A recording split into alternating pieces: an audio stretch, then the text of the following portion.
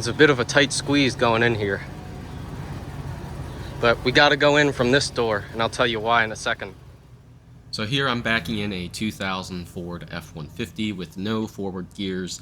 That's a pretty common problem with the 4R70W in these trucks. I ended up doing what transmission builders would call patchwork, and only fixing the problems that I found inside of the transmission, not really doing an entire rebuild. That's something that a lot of transmission shops won't do simply for customers, because why would you pull the whole transmission out and not rebuild it unless you're like me and you're trying to do things as cheap as possible. And you'll see that we end up fixing this truck and getting it back on the road for only about 160 bucks in parts.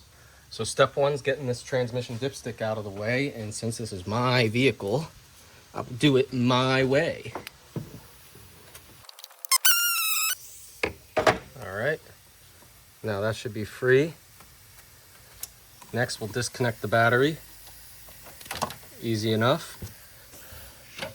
Truck is in neutral, time to go underneath. Gotta get our starter down. Now this will have 3 bolts on it, and they all face towards the rear, so the bolt heads are on this side. Okay, we got the starter down. Next, you'll want to get these 13mm bolts out of here that hold this cover plate on. With that plate out of the way, we can see our torque converter bolts. They're actually nuts on the Ford. There are 4 of those nuts. They're 14mm. Get an 18mm socket and stick it to that crank bolt.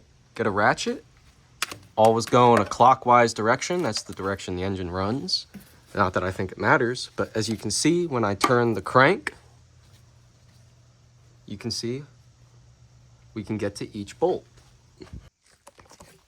All right, next you got to drop the exhaust.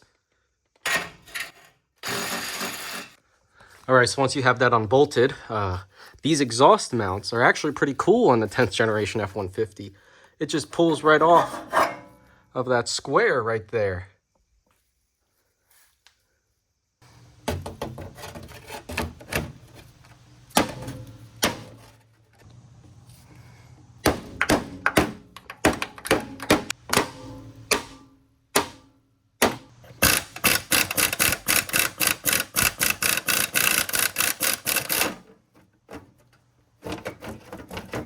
All right, that was easy. All right, with our 4 drive shaft bolts out, these are 12mm 12 points. We can get our drive shaft down.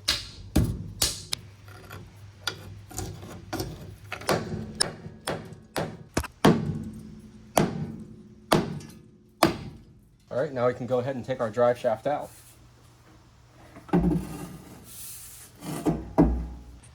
All right, we have our transmission cooler lines undone. We have our 2 rear O2 sensor brackets undone. Neutral safety switch is unhooked. Speed sensor is unhooked. And our case connector is unplugged up there. I have the nuts removed from the cross member and from the transmission mount. So we're basically ready to pull this transmission out. All right, the transmission is out of the truck. We've got it sitting on the bench here. This is a 4R70W. This came in Explorer, the 4-liter Ranger, I'm pretty sure got this, Crown Victoria, Grand Marquis Lincoln Town Car, all the way up till 2005, I want to say, in those cars. Then it became the 4R70E, or the 4R75E. So this is a 2-wheel drive model, and I'm going to try and see what's wrong with it in a hurry so that I can call the transmission shop near me and order parts for it and get this thing back on the road.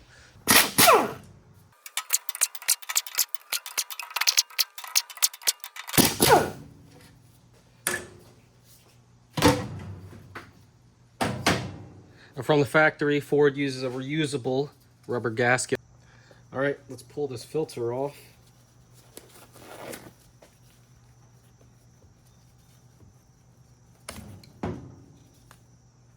Reusable gasket. We will be reusing that.